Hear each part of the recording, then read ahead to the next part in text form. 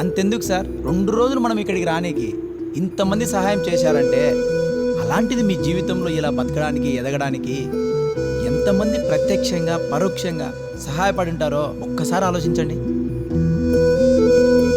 మనిషిని చూసి మనిషి ఎప్పుడు భయపడతాడో అప్పుడే సరే కులాన్ని మతాన్ని అడ్డు పెట్టుకుంటాడు. ఎదుటి మనిషి వల్ల ఎటువంటి ప్రాబ్లం లేనప్పుడు ఆటోమేటిక్గా మనిషే మనిషిని గౌరవిస్తాడు సార్. అవును శివ, నిజమే. మనిషికి కావాల్సింది మానవత్వమే. ఇంతకీ నాకు బ్లడ్ ఇచ్చింది ఎవరు? ఎందుకు సార్? వాడిది ఏ కులం అని అడగడానికా? చచా, థ్యాంక్స్ చెప్దామని. అంతకంటే ముందు నేను మీకు సారీ చెప్పాలి. ఎందుకు? మిమ్మల్ని కిడ్నాప్ చేసి అక్కడికి తీసుకెళ్ళింది నేనే.